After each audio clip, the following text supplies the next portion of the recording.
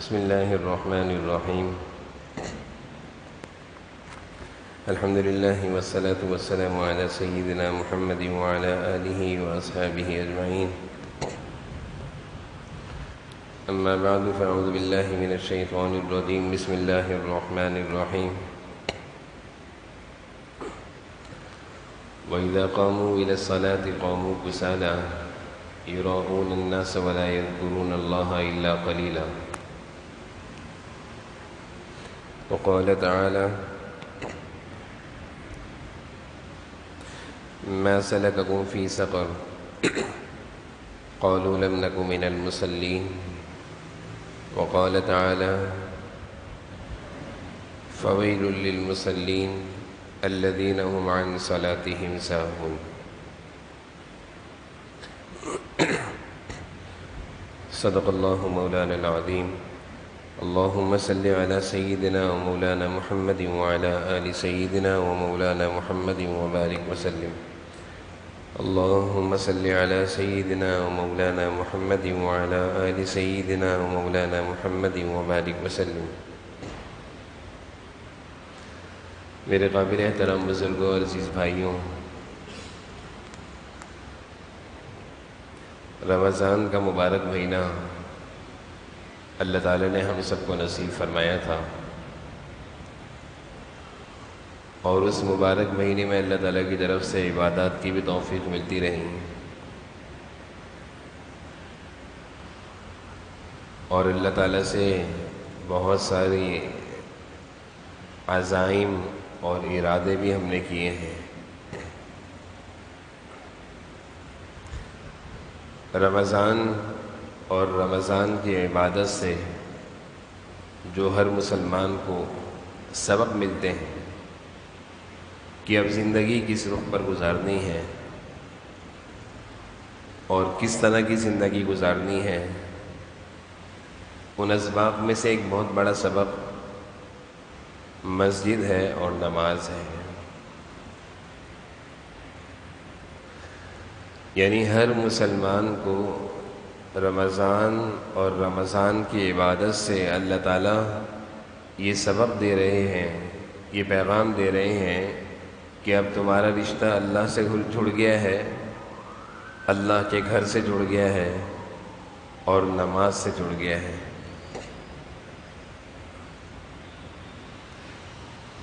تو نماز کی اہمیت، نماز کی عادت، نماز کا ذوق رمضان کی عبادتوں کے بعد بڑھ جانا چاہیے۔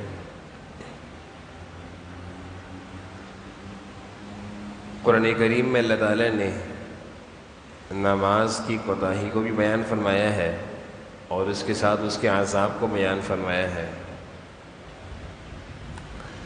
ایک جگہ اللہ تعالیٰ نے فرمایا منافقین کے نماز کا، وَإِذَا قَامُوا إِلَى الصَّلَاةِ قَامُوا كُسَالَىٰ يُرَاءُونَ النَّاسَ،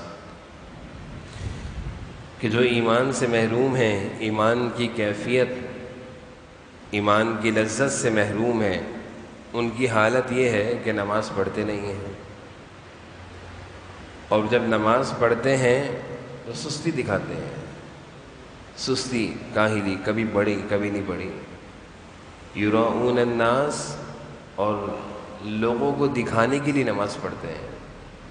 یہ کوئی مجھے بے نمازی کہے گا اگر نماز نہیں پڑھوں گا؟ تو منافقین کی نماز میں کوتاہی اور سستی کرنے والوں کی نماز کا اللہ ذکر فرما رہے ہیں۔ ایک جگہ اللہ تعالیٰ فرما رہے ہیں، جہنم کا منظر ذکر فرما رہے ہیں کہ جہنمی جب جہنم میں چلے جائیں گے تو داروغہ جہنم کا جو فرشتہ ہوگا دروازے پر کھڑا ہوگا، وہ ان سے پوچھے گا ما سلککم فی سقر، کہ اس جہنم میں، اس آگ میں تمہارے آنے کا کیا سبب بنا ہے، کیوں آئے ہو یہاں پہ، کیا ایسا کام کیا تھا؟ تو جہنمی یہ کہیں گے قالوا لم نک من المصلین، ہم نماز نہیں پڑھتے تھے۔ نماز کا حکم کافر کو نہیں ہے، مشرک کو نہیں ہے، ایمان والے کو حکم ہے، اور ایمان والا نماز کی کوتاہی کی وجہ سے سستی کی وجہ سے جہنم میں جل رہا ہے۔ لم نکو من المصلین، ہم نماز نہیں پڑھتے تھے۔ نماز کی سستی، نماز کا چھوڑ دینا، یہ کوئی معمولی جرم اور معمولی گناہ نہیں ہے۔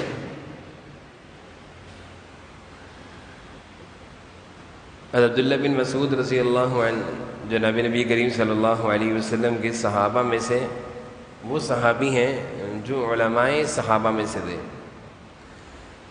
ایک موقع پر آپ صلی اللہ علیہ وسلم سے پوچھ رہے ہیں ای العمل احب الی اللہ، اے اللہ کے رسول ایسا کوئی عمل بتائیں جو اللہ کو بہت پسند ہو، جس عمل کے کرنے سے میں اللہ کا محبوب بن جاؤں، اللہ کے پسندیدہ اعمال میں مجھے بتائیں۔ تو جناب نبی کریم صلی اللہ علیہ وسلم اللہ کے پسندیدہ اعمال، جو اعمال اللہ کو محبوب ہیں، ان اعمال کا تذکرہ فرما رہے ہیں۔ سب سے پہلے بیان فرما رہے ہیں الصلاۃ علی وقتہا، کہ سب سے زیادہ محبوب اور پسندیدہ عمل اور سب سے زیادہ محبوب اور اچھا بندہ اللہ کی نظر میں وہ ہے جو نماز کو اس کے وقت میں پڑھ لے۔ الصلاۃ علی وقتہا، صحابہ کا یہ ذوق تھا، یہ مزاج تھا کہ وہ اللہ کی پسند تلاش کیا کرتے تھے، کہ ہمیں یہ معلوم چل جائے کہ اللہ تعالیٰ کو کون سا عمل پسند ہے، ہم وہی عمل کریں گے۔ اور اسی پسند کی تلاش میں وہ اللہ کے رسول صلی اللہ علیہ وسلم سے سوال کر رہے ہیں کہ پسندیدہ عمل بتائیں، اللہ کو سب سے زیادہ پسندیدہ عمل کون سا ہے؟ جناب نبی کریم صلی اللہ علیہ وسلم فرما رہے ہیں الصلاۃ علی وقتہا، نماز کو وقت پر پڑھ لینا۔ پسندیدہ اعمال کی نشاندہی ہو رہی ہے، اور دیکھا جائے تو اسی عمل میں سب سے زیادہ کوتاہی ہو رہی ہے، اسی عمل میں سب سے زیادہ ہماری طرف سے کوتاہی ہو رہی ہے کہ سارے کام ہم پہلے کرتے ہیں، نماز کو آخر میں پڑھتے ہیں۔ جناب نبی کریم صلی اللہ علیہ وسلم نے اپنا صحابہ کا ایسا مزاج بنایا تھا کہ سارے کام بعد میں ہیں، نماز پہلے ہے۔ اس نماز کی اہمیت کا اندازہ لگائیے کہ اللہ تعالیٰ نے سارے احکامات، زکوٰۃ کے ہوں، حج کے ہوں، روزے کے ہوں اور دیگر احکامات، سب زمین پر بھیجے ہیں۔ جبرائیل علیہ السلام آسمان کی شکل میں وحی آسمان سے قرآن کریم کی شکل میں وحی لے کر اترا کرتے تھے، آج یہ حکم اترا ہے، آج یہ آیت اتری ہے۔ لیکن نماز کی اہمیت اور فضیلت کا اندازہ لگائیے کہ جب آپ صلی اللہ علیہ وسلم معراج کے سفر پر گئے ہیں تو وہاں جو اللہ تعالیٰ نے آپ کو تحفہ دیا ہے وہ نماز ہے، اس لیے کہا جاتا ہے نماز مومن کی معراج ہے۔ نماز مومن کی معراج اسی وجہ سے کہا گیا کہ یہ تحفہ اللہ تعالیٰ نے آسمانوں پر بلا کر دیا ہے، اس کی اہمیت اور اس کی عظمت بتانے کے لیے۔ آپ صلی اللہ علیہ وسلم کی زندگی کا معمول تھا، کوئی پریشانی ہو، کوئی ضرورت ہو، کوئی مشکل ہو، تیز ہوا چل جائے، تیز آندھی آ جائے، تیز بارشیں شروع ہو جائیں، کسی مشکل مصیبت میں آ جائیں، آپ صلی اللہ علیہ وسلم فوری طور پر مسجد جاتے تھے، نماز کی نیت مان لیا کرتے تھے۔ آفتوں اور مصیبتوں سے، تکالیف اور پریشانیوں سے بچانے والا عمل وہ نماز ہے، کہ انسان جب نماز میں آ جاتا ہے گویا وہ اللہ تعالیٰ کے دائرے میں آ گیا، حفاظت کے دائرے میں، اب وہ محفوظ رہے گا، اب وہ آفتوں اور مصیبتوں سے محفوظ رہے گا۔ اس لیے آپ صلی اللہ علیہ وسلم کا معمول تھا کہ کوئی مشکل ہو، کوئی پریشانی ہو، تیز ہوا اور آندھی چل جائے، آپ صلی اللہ علیہ وسلم مسجد تشریف لے آتے تھے، نماز کی نیت مان لیا کرتے تھے۔ حضرت عمر رضی اللہ عنہ کے بارے میں آتا ہے، نماز فجر پڑھا رہے تھے، حضرت پر جب قاتلانہ حملہ ہوا تو اس سے زخمی ہو گئے فجر کی نماز میں، نماز کی حالت میں ہی شہادت ہے۔ زخمی حالت میں ان کو گھر لایا گیا، کچھ دن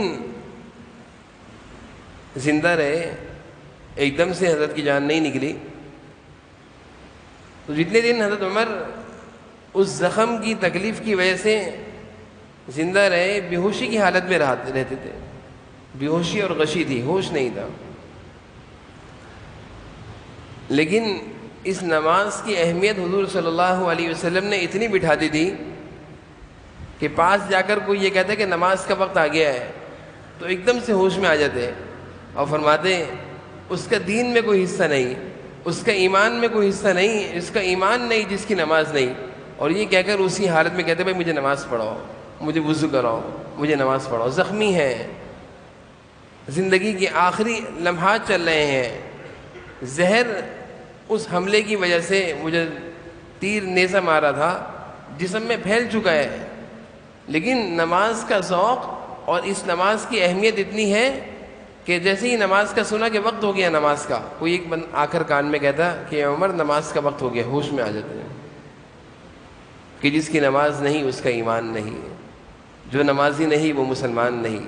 یہ حضرت عمر کے کلمات تھے اور کہتے مجھے نماز پڑھاؤ، مجھے نماز پڑھاؤ. آپ صلی اللہ علیہ وسلم نے ایسی تربیت فرمائی کہ نماز کی اہمیت صحابہ کے دلوں میں بٹھائی، اس لیے وہ نماز کو اہمیت سے پڑھا کرتے تھے. حضرت سعید بن جبیر رحمہ اللہ، حجاج بن یوسف نے ان کو بلایا شہید کرنے کے لیے. بہت سارے لوگوں کو اور بہت سارے علماء کو اور بہت سارے صحابہ کو بھی شہید کیا ہے. جب معلوم چلتا ہے حجاج بن یوسف کو کہ میری بادشاہت کے خلاف، میری حکومت کے خلاف، میرے کسی فرمان کے خلاف کوئی بولتا ہے کہ یہ کام غلط کر رہے ہو، تم شریعت کے خلاف کر رہے ہو، بلاتا اور قتل کرا دیتا. وہ یہ نہیں دیکھتا کہ اللہ اور اس کے رسول کا حکم کیا ہے، وہ یہ کہتا میرے حکم کے خلاف کوئی بولے گا تو اس کا انجام موت ہے. ہر دور میں ایسے ظالم اور جابر لوگوں کا مقابلہ علماء نے کیا ہے. صحابہ کے دور سے یہ سلسلہ چلا آ رہا ہے کہ وہ حق بات کہتے تھے چاہے جان چلی جائے. سعید بن جبیر بھی اسی میں سے تھے. حجاج بن یوسف کے خلاف آواز اٹھائی کہ جو تم کر رہے ہو غلط کر رہے ہو، جو تمہارے احکامات ہیں، تمہارے فرمان ہیں، سب شریعت کے خلاف ہیں، اللہ کے دین کو بگاڑو مت. حجاج بن یوسف نے بلایا، گرفتار کر کے لے آئے اسے اور کہا کہ ان کو قتل کرو، اور پوچھا کہ آخری کوئی تمنا ہے. حضرت سعید بن کہنے لگے ہاں 2 رکعت نفل پڑھنے دیں. زندگی کے آخری لمحات ہیں، جلاد بھی کھڑا ہوا ہے، تلوار بھی سر پہ لٹک رہی ہے، موت کا بھی یقین ہے کہ اب آنی ہے، موت آ گئی ہے، کوئی معافی نہیں ہے، اور نہ ہی معافی چاہتے تھے. وہ ایمان کا سودا گوارا نہیں کرتے تھے. ہماری حالت تو یہ ہے کہ دنیاوی مفادات کی خاطر ہم بہت سارے احکامات کو چھوڑ دیتے ہیں. جان پیاری ہوتی ہے کہیں پہ اولاد پیاری ہوتی ہے، کہیں پہ گھر پیارا ہوتا ہے، کہیں پہ کاروبار پیارا ہوتا ہے. 2 رکعت جلدی جلدی پڑھنی، اور کہا 2 رکعت پڑھنے کے بعد دل تو چاہ رہا تھا بہت لمبی نماز پڑھوں، دل تو چاہ رہا تھا بہت لمبی نماز پڑھوں، لیکن میں نے سوچا کہ میں لمبی نماز پڑھوں گا تو سوچے گا شاید موت کے خوف سے، ڈر سے لمبی نماز پڑھ رہا ہے، اس لیے میں نے مختصر نماز پڑھی. مجھے کوئی ڈر نہیں ہے موت کا. تو مرتے ہوئے بھی ایسی ہستیاں تھیں کہ ان کو نماز یاد آیا کرتی تھی. موت کا یقین ہو گیا ہے کہ ظالم جابر سر پہ تلوار لے کر کھڑا ہوا ہے، لیکن اس موقع پر بھی اللہ کی نماز کہ اللہ کے سامنے کھڑے ہو جاؤں، آخری وقت میری نماز میں گزرے. کیا ذوق تھا، کیا نماز کا تعلق تھا، کیا عبادت کا مزاج تھا. ان کو ہر چیز سے بڑھ کر یہ چیز پسند تھی. حضرت مولانا رشید احمد گنگوہی رحمہ اللہ اکابرین دارالعلوم دیوبند میں سے ہیں، اللہ والے تھے. بہت بڑا جلسہ ہو رہا تھا دارالعلوم کا. جلسہ ختم ہو گیا، عشاء کی نماز کا وقت تھا. لوگ ملاقات کرنے لگے، جیسے ہوتا ہے اختتام پر لوگ مصافحہ کرتے ہیں. مصافحہ کرتے کرتے تاخیر ہو گئی، وہاں نماز شروع ہو گئی. جلدی جلدی حضرت گئے، نماز میں شامل ہو گئی. کوئی رکعت نہیں نکلی، نماز مل گئی، جماعت مل گئی. نماز کے بعد حضرت مولانا رشید احمد گنگوہی رحمہ اللہ ایک طرف کونے میں افسردہ بیٹھے ہوئے ہیں، پریشان ہیں کسی نے پوچھا کہ حضرت خیریت تو ہے، کوئی تکلیف ہے، کوئی غم ہے، ہماری کوئی بات بری لگی ہے؟ کہا نہیں۔ فرمانے لگے کہ آج زندگی کے 40 سال گزر چکے ہیں، آج شاید 40 سال بعد یہ پہلی نماز ہے کہ تکبیر اولیٰ میری فوت ہو گئی ہے۔ تکبیر اولیٰ یعنی جس تکبیر سے امام اللہ اکبر کہہ کر نماز شروع کرتا ہے، اس تکبیر کو تکبیر اولیٰ کہتے ہیں۔ اس کی فضیلت حدیث میں بہت آئی ہے۔ کہا کہ 40 سال تک میری کوئی تکبیر اولیٰ نہیں، نماز نہیں چھوٹی، رکعت نہیں چھوٹی، تکبیر اولیٰ چھوٹنے پر افسوس کر رہے ہیں۔ ایسا نماز کا تعلق تھا۔ حضرت مولانا محمود الحسن رحمہ اللہ لمبا لمبا سجدہ کیا کرتے تھے۔ کسی نے پوچھا کہ حضرت اتنا لمبا سجدہ کیوں کرتے ہیں؟ بہت دیر لگاتے ہیں آپ سجدے میں۔ کہا کہ جب بھائی سجدے میں جاتا ہوں تو یہ سوچتا ہوں پتہ نہیں زندگی کا آخری سجدہ نہ ہو، یہ زندگی کا آخری سجدہ نہ ہو، اس لیے میں اپنے سجدے کو لمبا کر دیتا ہوں۔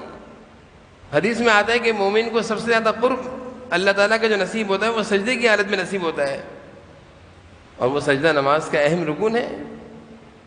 نماز ہوگی تو سجدے کا میں اللہ کا قرب نصیب ہوگا، جب نماز ہی نہیں ہے، نماز ہی نہیں پڑھتے تو کیسے اللہ کا قرب ملے گا؟ امام حاتم اصم رحمہ اللہ تابعین میں سے ہیں، غالباً صحابہ کے شاگردوں میں سے ہیں۔ کسی نے پوچھا کہ نماز کی کیا کیفیت ہے، بتائیے ذرا کس طرح آپ نماز پڑھتے ہیں؟ فرمانے لگے بھائی جب نماز کا وقت ہوتا ہے تو میرا معمول ہے وضو کر کے میں جلدی مسجد چلا جاتا ہوں اور نماز کی جگہ پر بیٹھ کر کچھ دیر سکون اختیار کرتا ہوں۔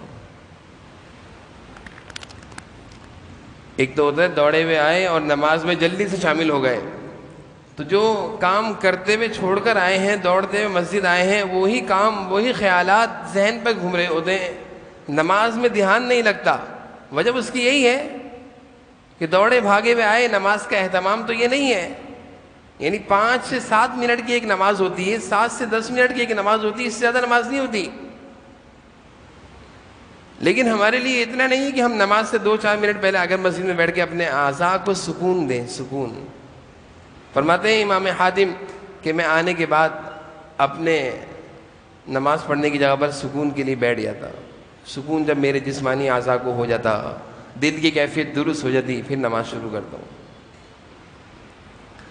فرماتے ہیں جب نماز شروع کرتا ہوں تو نماز میں کیفیت یہ ہوتی ہے کہ ذہن میرا یہ ہوتا ہے کہ بیت اللہ شریف سامنے ہے، اللہ کا گھر سامنے ہے، اور نیچے پل صراط ہے، پل صراط جہاں سے ہر مومن کافر سب کو ہی گزرنا ہے، ایمان والے بھی گزریں گے، کافر بھی گزریں گے۔